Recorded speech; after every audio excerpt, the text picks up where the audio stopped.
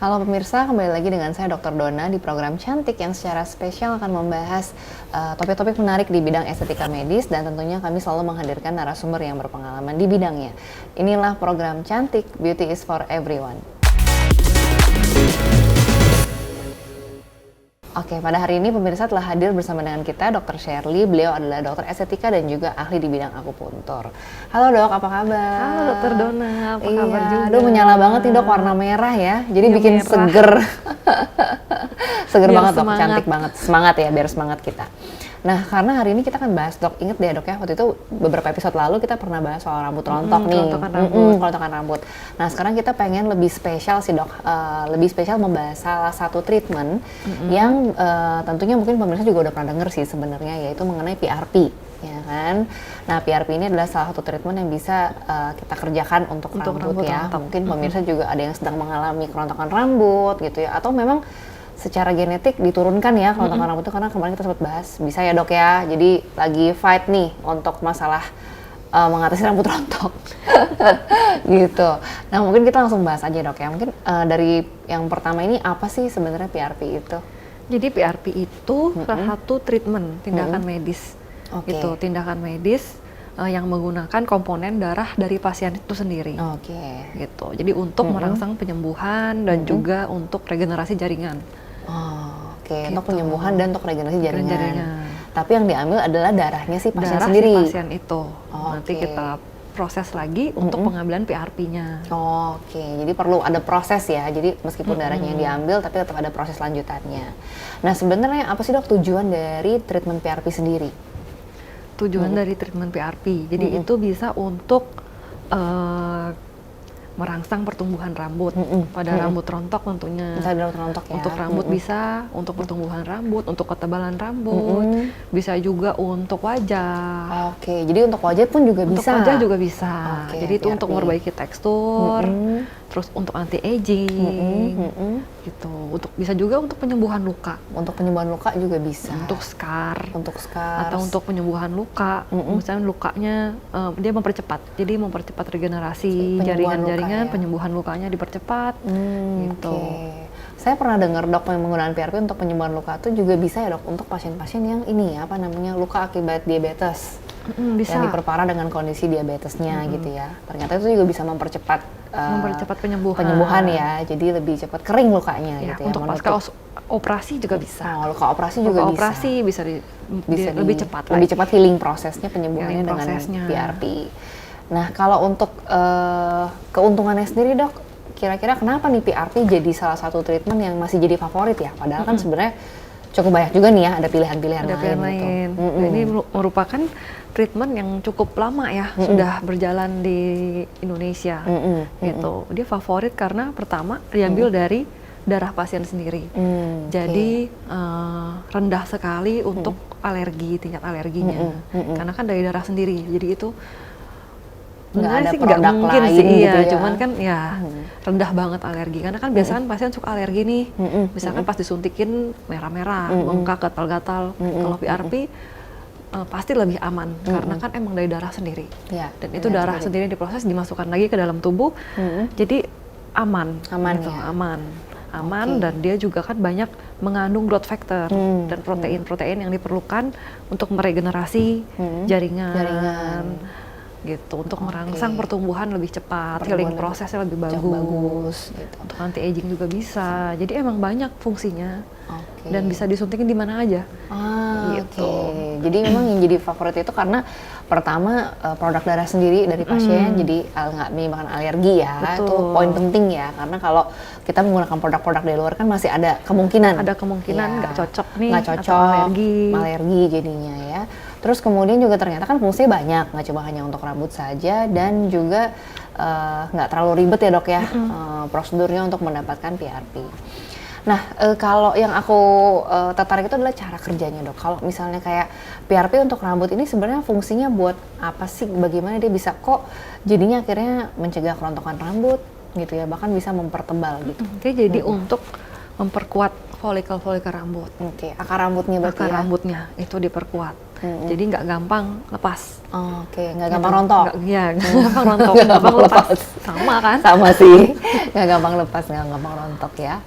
Terus Gampang kemudian? lepas. Setelah itu dia juga memperpanjang fase anagen rambut. Jadi fase pertumbuhan rambut itu lebih diperpanjang. Oke. Gitu. Jadi rambutnya terus tumbuh. tumbuh, lebih subur. Lebih subur, makin panjang, makin panjang. Makin panjang. Jadi dia nggak gampang rontok juga. Terus fase pertumbuhannya jadi dia lebih panjang, lebih bisa panjang. Kadang kan rambut belum panjang udah rontok duluan karena nggak kuat akar rambutnya nggak kuat. Jadi dia memperkuat juga. Jadi fase anagennya diperpanjang. Gitu. Oke. Otomatis kan rambut jadi lebih panjang, lebih kuat. Oke. Nah selain itu apa lagi kira-kira dok yang Selain bisa itu juga kan dia meregenerasi. Jadi dia juga meregenerasi. Mungkin ada folikel rambut yang udah mati, yang bekas rontokan udah nggak tumbuh lagi, dia meregenerasi. Oke. Jadi supaya dia merangsang untuk folikel itu bisa tumbuh kembali. Kan karena salah satunya adalah aliran darah juga lebih banyak, lebih lancar ke arah ya situ. Jadi ada oksigen, aliran darah lebih lancar, maka pertumbuhan folikel rambut yang udah mati pun bisa dibangkitin lagi, gitu. Bisa dirangsang lagi. Oh gitu. Jadi begitu.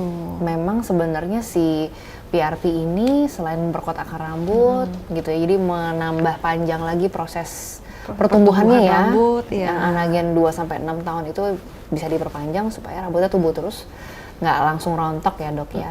Sama tadi aku menarik banget yang dokter Shirley bilang, ternyata folikel rambut yang sudah tidak tumbuh aja tuh bisa ya dok ya, bisa ternyata dirangsang. ya. Bisa dirangsang ya.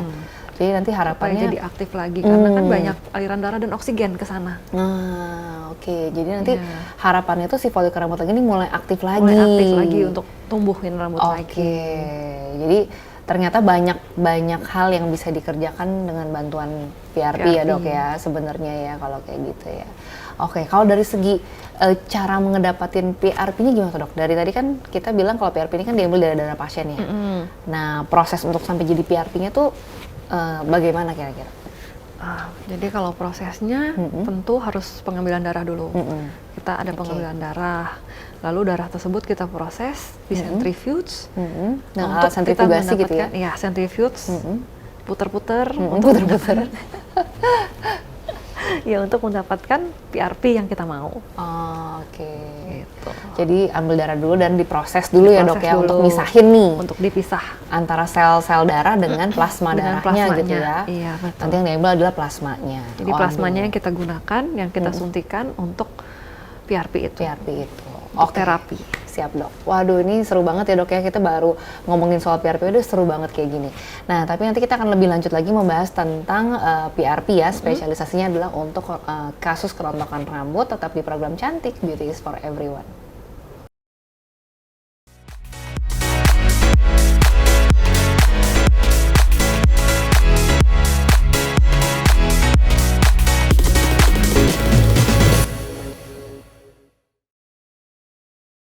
Baik pemirsa, kembali lagi di program Cantik. Nah, tadi bersama dengan Dr. Shirley kita sudah membahas mengenai PRP ya dok ya, sampai ke cara pembuatannya. Nah, sebenarnya dok kalau misalnya untuk rambut rontok, itu sebenarnya siapa aja sih dok, kasus kerontokan rambut apa yang bisa dikerjakan dengan PRP? Kasus kerontokan rambut, apa aja sih bisa? Misalkan bisa yang ya? sedang mengalami kerontokan rambut, penipisan kan. Biasanya aging, itu juga bisa. Atau yang dari genetiknya, androgen alopecia. Alopecia genetik bisa berarti ya, dari genetik bisa, yang emang rontok bisa, gitu. Karena ada pemicu stres misalnya. Pemicu stres. Gitu. Nah, berarti sebenarnya kasus kerontokan rambut yang dipicu oleh kayak faktor stres, diet yang kurang seimbang, kayak gitu ya misalnya, atau terapi-terapi rambut kayak misalnya produk-produk bleaching, kayak gitu sebenarnya masih bisa ya itu dok masih ya? bisa digunakan dengan, bahkan yang androgenetic alopecia pun karena faktor genetik masih bisa dibantu dengan menggunakan PRP. Nah, terus kemudian ada nggak sih dok kontraindikasi gitu ya dari terapi PRP? Misalnya terapi PRP tidak sebaiknya dikerjakan pada pasien-pasien dengan apa gitu? Ya, biasanya tuh dengan pasien yang ada gangguan penyakit di darah. Gitu. Kelainan darah gitu ya? Kelainan darah, yang darahnya encer, susah untuk ada pembekuan darahnya, kelainan di pembekuan darahnya. gitu. Oke.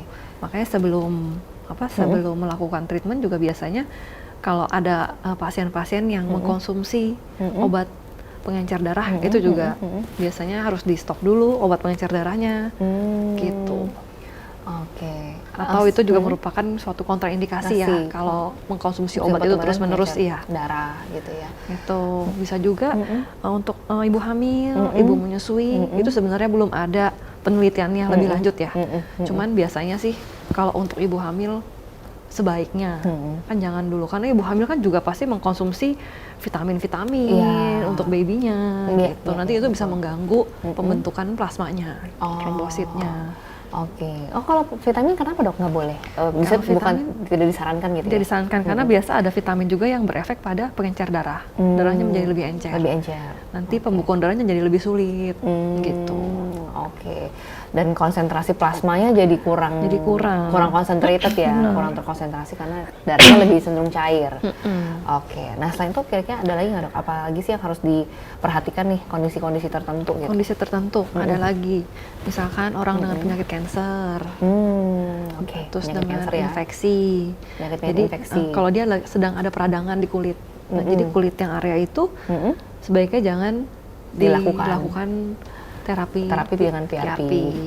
Yang kanker juga begitu. Jadi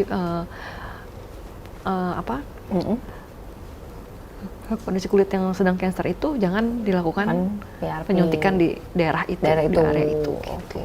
Aku juga pernah dengar kalau kanker darah ya dok ya, kalau nggak salah itu juga jadi kontraindikasi ya, maksudnya untuk PRP-nya, untuk pengambilan darahnya. Karena kan darahnya juga nggak normal ya. Jadi nanti hasilnya juga jadi nggak maksimal nggak jadi nggak maksimal ya dok ya. Oke, wah tadi berarti yang diperhatikan juga cukup lumayan ya, obat-obatannya, terus ada penyakit tertentu atau tidak. Tertentu, autoimun juga. Wah autoimun juga lagi ya. Kan autoimun kan nggak terprediksi tuh darahnya kayak gimana. Dan respon tubuhnya juga suka tidak terprediksi ya kalau untuk pasien-pasien autoimun. Nah mungkin ada yang perlu diperhatikan nggak dok sebelum kita melakukan terapi PRP atau persiapan apa yang harus dilakukan untuk sebelum proses pengambilan darah PRP? Persiapan ya, biasanya PRP kan tergantung nih nanti hasil treatmentnya tergantung dari kualitas darah pasien itu. Jadi sebaiknya kalau sebelum PRP itu pasien harus jaga pola makan. Terus pola tidur yang cukup, makannya juga makan yang bergizi, yang sehat untuk supaya darahnya nanti yang diambil trombositnya, plasmanya yang untuk terapi itu lebih bagus, jadi lebih efektif. Gitu. Jadi persiapan yang harus dilakukan tuh ya itu ya, persiapan dari segi pola hidupnya ini. Lalu obat-obatan, mengurangi dulu, di stop dulu konsumsi obat-obatan seperti steroid, pengencer darah, vitamin gitu dikurangi dulu. Supaya nggak efek ke darahnya. Ada ke kualitas darahnya ya. Jadi oleh karena itu memang sebenarnya tuh konsultasi jadi penting ya dok ya sebelum melakukan PRP ya. Tentunya kita tidak bisa melakukan PRP di rumah. Harus di klinik ya? Harus di klinik dan harus terkontrol dengan pantauan dokter tentunya. Nah, setelah kita melakukan terapi PRP nih dok ya, saya juga pernah dengar nih bahwa sekarang ini untuk terapi PRP sendiri sebenarnya bisa digantikan dengan growth factor ya, yang tersebar cukup banyak sih di pasaran gitu. Nah, kira-kira apa bedanya nih dok PRP dengan growth factor pada saat kita melakukan terapi untuk rambut? Kalau PRP itu kan tadi yang sudah disebutkan ya, dia kan diambil dari komponen darah si pasiennya sendiri. Ya. Kalau growth factor itu kan dari pabrik ya, produk yang diproses. Jadi betul. Itu dari protein-protein yang bisa dari hewan, bisa dari tumbuhan, yang kadang-kadang bisa memicu alergi atau nggak cocok nih dengan tubuh kita, dengan kulit kita gitu. Kalau PRP itu lebih kecil kemungkinan untuk alerginya. Tapi emang ada juga sih kemungkinan alergi karena bukan karena darahnya, mungkin karena campuran. Karena kan nanti ada antikoagulan yang kita campurkan ke darah ya supaya tidak membeku. Gitu. Oke. Tapi kemungkinannya kecil gitu untuk alergi. Kecil ya untuk alergi ya. Biasanya alerginya karena bahan antikoagulannya bukan karena mungkin bahan campurannya. Ya, bukan karena darahnya si pasien sendiri. Kalau dari segi hasil gimana dok antara PRP dengan misalnya penggunaan growth factor? Kalau dari segi hasil sih hampir sama. Bersama ya.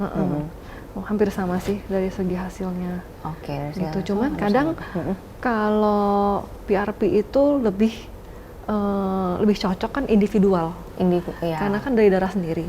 Yang kadang tuh lebih cepat proses pertumbuhannya jadi lebih cepat. Oke, proses pertumbuhan jadi lebih cepat. Gitu. Nah, ekspektasinya apa nih dok? Kadang-kadang pasien tuh datang dengan keluhan rambut rontok di treatment gitu ya. Terus mana dok hasilnya gitu kan ya? Padahal kita tahu sendiri ya pertumbuhan rambut itu kan nggak kayak ganti kulit ya dok. Kalau ganti kulit kan instan, maksudnya cukup cepat lah ya, 1 bulan lah ya, atau 2 minggu sekali kita pasti akan regenerasi kulit, ganti kulit. Sedangkan kalau rambut ini kan agak lama nih. Nah, jadi ekspektasi yang bisa dilihat itu apa sih dari treatment PRP?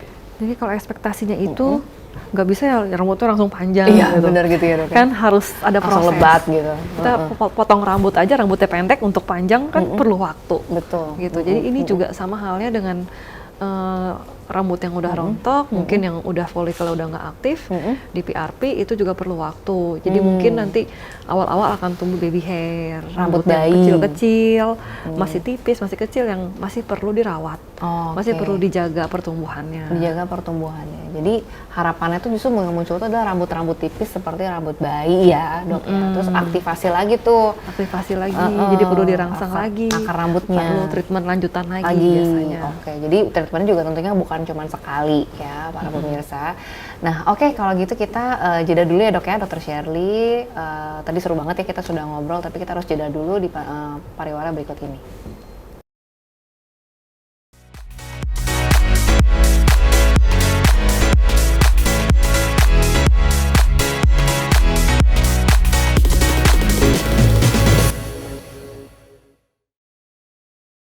Oke, baik pemirsa, kembali lagi di program Cantik bersama dengan Dr. Shirley. Tadi kita sudah membahas tentang PRP ya dok ya, untuk rambut nih. Jadi harapannya dari kita melakukan terapi PRP itu adalah banyak baby hair yang muncul gitu ya dok ya. Nah setelah baby hair itu muncul, kira-kira apa yang bisa kita lakukan sih dok supaya menjaga gitu? Bisa rontok kan sebenarnya si baby hair ini? Iya, rentan banget karena kan masih baby. Masih jadi bayi ya? Emang harus dijaga. Oke. Gitu. Menjaganya gimana? Itu ya pakai produk-produk yang bagus. Jadi ikutin saran dokternya, konsultasikan dengan dokternya masing-masing. Lalu jangan kena paparan sinar matahari yang langsung. Gitu. Sebaiknya sih pakai topi ya kalau emang mau keluar rumah, mau berjemur atau mau jalan gitu yang lagi panas-panasnya. Sebaiknya pakai perlindungan topi atau payung. Gitu supaya nggak kena paparan sinar matahari. Dan juga hindari produk-produk yang keras ya, yang berbahan kimia. Berbahan chemical tuh. Chemicalnya tinggi. Contohnya misalnya apa dok? Warna rambut kah? Warna rambut. Bleaching kah? Ya betul. Yang untuk keriting rambut itu dihindari dulu lah. Oke, jadi keriting-keriting rambut ya, bahan-bahan chemical. Bahan-bahan chemical yang berat-berat biasa dihindari dulu nih kalau lagi mau perawatan untuk pertumbuhan rambut. Kan kasihan nanti. Betul ya, udah susah dirawat. Susah dirawat, nanti dia rontok lagi. Rontok lagi, betul. Nah kalau produk rambut yang disarankan seperti apa dok? Produk rambut yang disarankan? Yang disarankan tuh yang apa? Untuk merangsang pertumbuhan rambut aja. Gitu. Terus pakai shampoo-nya juga yang jangan yang berbahan kimia yang berat. Berat gitu ya. Jadi yang seperti misalnya contohnya kayak produk-produk yang mengandung ginseng gitu ya. Biasanya nettle root, saw palmetto, kayak gitu-gitulah ya untuk merangsang pertumbuhan rambut. Supaya lebih cepat. Nah, aku juga pernah nih dok ya, mungkin sharing-sharing aja ya dok ya tentang case gitu. Aku pernah ada pasien ya, kenapa ya dok ya, dia itu setelah terapi dengan PRP kok hasilnya kurang, tapi setelah itu ketika diganti dengan menggunakan growth factor pabrikan, ternyata kok hasilnya malah lebih cepat gitu. Pertumbuhan rambutnya. Mungkin ada pendapat nggak dok dari Dr. Shirley? Iya, karena saya juga pernah ada pasien seperti itu ya. Gitu. Jadi emang pada dasarnya teorinya PRP itu lebih bagus nih, karena kan dari darah kita sendiri. Dari kita sendiri, betul. Harusnya PRP itu lebih efektif dibanding dengan yang pabrikan. Tapi kenapa untuk sebagian orang lebih cocok? Yang pabrikan malah ya? Iya. Kok rambutnya lebih cepat tumbuh ya dengan yang pabrikan daripada setelah mencoba PRP dan pabrikan gitu daripada yang dengan PRP. Ya karena mungkin balik lagi ke pola hidup gitu, ke kualitas darah orang tersebut. Kadang kan kalau pola hidupnya agak kacau, lagi stres atau tidurnya lagi malam, lagi bergadang, banyak kerjaan, gitu kan. Jadi kualitas darahnya juga berkurang. Dan itu nantinya jadinya nggak terlalu efektif untuk pertumbuhan rambut. Pertumbuhan rambut. Gitu. Jadi emang dia lebih dia akan merasa lebih cocok dengan yang pabrikan. Karena pabrikan kan emang growth factor kan. Udah pasti terkontrol, Udah terkontrol dosisnya emang, gitu ya. emang begitu kualitasnya. Jadi emang Oke. seperti itu. Berarti aging proses Aging ataupun proses juga penuaan juga pengaruh dok ya? pengaruh, karena kan semakin tua kan darah juga semakin Kualitasnya kualitasnya kurang gitu. Growth factornya juga Growth makin factornya juga berkurang ya berkurang, dalam betul. darah si pasien sendiri gitu ya. Jadi memang ternyata itu ya dok ya penyebabnya ada usia gitu kan, Sama pola hidup, stres juga. Komorbid jadi. penyakit yang lain juga Itu juga berarti bisa pengaruh pengaruh seperti ya? tadi autoimun, cancer, seperti itu. Oke, jadi ya memang ada ininya ya dok ya, ada kelemahannya juga Ada ya kelemahan. dengan menggunakan PRP itu dia harus lihat juga usianya dan sama kualitas kesehatannya kesehatan dari pasien itu sendiri. Oke. Nah kalau buat rambut sendiri dok, mungkin pemirsa belum ada bayangan gitu ya. Kalau buat rambut tuh terapi PRP-nya tuh diapain sih sebenarnya? Diinjeksikan kah atau ada alat-alat bantu lain yang bisa digunakan? Bisa diinjeksi langsung, itu Kulit juga kepala bisa. berarti Kulit ya? kepala betul. Atau bisa juga dengan dermastem. Kita stem. Jadi kayak Microneedling. kayak microneedling, Iya. jarum-jarum kecil gitu ya. Jarum kecil di stem di situ. Dia tekan-tekan gitu. Iya. Oke, ditekan ke kulit kepala, Cap. dicap, ya kayak stempel gitu ya dok ya? Stempel tapi ada duri-duri Ada gitu. duri-durinya. Terus sambil diolesin gitu kali Ya, ya sambil PRP-nya. diolesin PRP-nya. Oke. Selain di stem itu ada metode lain kan dok? Pakai apa gitu? Ya pakai needle ya biasanya. Pakai jarum-jarum kecil Atau ya. napach. Nah, tekniknya ya, teknik napach gitu ya. Jadi medis banget nih di napach gitu. Nah, kemudian setelah melakukan PRP ini sebaiknya pengulangannya berapa kali dok? Atau berapa lama sekali gitu ya untuk mendapatkan hasil maksimal? Ya untuk awal-awal bisa sebulan sekali. Gitu. Sebulan sekali Jadi nanti lagi. dilihat lagi nih pertumbuhan rambutnya kayak gimana. Sebulan sekali atau bisa nanti kalau emang udah mulai bagus untuk maintenance bisa 3 bulan atau 6 bulan sekali atau bahkan setahun sekali. Oke. Bahkan setahun sekali juga bisa. bisa. Tapi awal-awalnya pasti perlu perawatan intens dulu Intens ya. dulu. Intens dulu tuh selama sebulan, selama beberapa bulan gitu. Tapi memang bener ya dok, kalau kita mau terapi rambut itu harus tarik garisnya tuh 1 tahun ya. Untuk Ya, kadang kan pertumbuhan rambut itu kan perlu waktu. iya. Lebih lama daripada untuk kulit. Nah, kalau kulit cepet ya Lebih para cepet. pemirsa. Jadi harus sabar. Jadi dua-duanya harus sabar. Dokternya juga harus sabar ya. Terus pasiennya juga harus sabar. Soalnya pengalaman pribadi dok, sering banget dapat pasien yang terapi rambut juga. Terus setelah beberapa kali pengalaman tuh bilang kayak mana nih dok, kok rambutnya nggak kelihatan kayak gitu. Kok ini kayak rambutnya belum lebat. Tapi memang kerontokan rambut mulai berkurang gitu ya. Nah, gimana tuh pendapat dokter Shirley? Kadang pasien suka bosen ya. Iya betul, karena pasien suka bosen. Bosen maunya kan instan. Maunya iya kayak masak Indomie mie instan gitu ya. Mie 3 menit langsung jadi. Aku jadi lapar. Abis ini makan dok. Terus Iya kan maunya instan. Jadi kalau pertumbuhan rambut kan lama. bener. Jadi mana nih kok nggak ada hasilnya? Kok lama banget? Cuma rontoknya doang berkurang. Tapi Iya. kok masih botak ya? Kok masih tipis? Kok belum lebat gitu Kok ya? belum lebat? Karena kan emang perlu waktu. Rambut pendek panjang aja perlu waktu. Bener. Apalagi kalau numbuhin rambut Apalagi yang pertumbuhan rambut yang dari baby, iya masih rambutnya tipis, masih baru, itu kan perlu waktu untuk dia jadi lebih bagus, lebih panjang, lebih tebal. lebih tebal. Iya. Gitu. Jadi memang harus kalau untuk terapi rambut itu kita tarik garisnya 1 tahun ya untuk ngeliat outcome-nya gitu. Kalau ada hal-hal yang harus kita perhatiin nggak dok after terapi setelah treatment PRP ini mungkin ada nggak apa yang perlu dihindari gitu? Biasanya mencuci rambut ya. Mencuci rambut harus dihindari dulu 24 sampai 48 jam. 1-2 hari ya. Ya, supaya apa? Supaya nanti plasma PRP yang udah kita taruh di kulit kepala tuh nggak hilang. Karena kalau kita cuci rambut kan nanti hilang, sayang gitu. Sayang, Kita udah taruh di PRP-nya. situ, kan kadang ada yang dioles juga, ada yang disuntikan, ada yang di permukaan kepalanya masih ada. Itu biarkan dia di situ aja, biar menyerap. Menyerap dulu. 24 jam sampai 48 jam. Oke. Gitu. Sama hindari paparan matahari yang tadi. Itu harus dijaga juga. Kebersihan rambut juga harus dijaga. Kemudian nextnya setelah itu ya harus tetap bersih. Harus tetap Gitu. bersih. Oke. Wah, tadi menarik banget itu kita membahas soal PRP ya untuk pertumbuhan rambut. Jadi pesannya para pemirsa jangan panik dan harus tetap sabar ya. Kalau saat ini mengalami kondisi rambut yang rontok itu masih ada solusi-solusi yang bisa dikerjakan ya. Masih ada harapan. Masih ada harapan dan tentunya harus konsultasikan dulu dengan dokter kesayangan Anda, terapi apa yang cocok untuk Anda. Oke, sampai di sini dulu perbincangan kita pada hari ini. Tapi jangan khawatir para pemirsa, kita akan kembali dengan topik-topik yang lebih menarik lagi. Saya Dr. Dona dan Dr. Shirley bersama seluruh kru yang bertugas, kami pamit undur diri. Inilah program Cantik, Beauty is for Everyone.